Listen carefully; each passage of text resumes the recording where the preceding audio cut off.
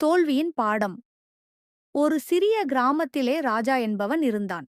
அவன் எப்போதுமே பெரிய கனவு காண்றவன். ஒரு நாள் பெரிய ஆள் ஆகணும் அப்படின்னு தினமும் நினைப்பான். ஆனா வாழ்க்கை அவனுக்கு எளிதா இருக்கல. ஒரு நாள் அவன் ஒரு சிறிய பிசினஸ் ஆரம்பிச்சான். முதல் நாள் நல்லா போச்சு. 2ஆம் நாள் கொஞ்சம் குறைஞ்சது. 3ஆம் நாளுக்கு வரும்போது அவனுடைய ஷாப்ல யாருமே வரல. அவன் மனசு உடைஞ்சிடுச்சு. நான் இதுக்காக தான் இவ்வளவு கனவு கண்டேனா என்று அழுதான். அந்த நேரத்திலே அவன் தந்தை வந்தார். அவரு சும்மா ஒரு சிறிய கல் எடுத்து பக்கத்தில் இருந்த கிணற்றிலே போட்டார். இந்த கல் நீருக்குள் போனது உண்மை. ஆனா நீர் அத மீண்டும் மேலே தள்ளிடுச்சா பாரு.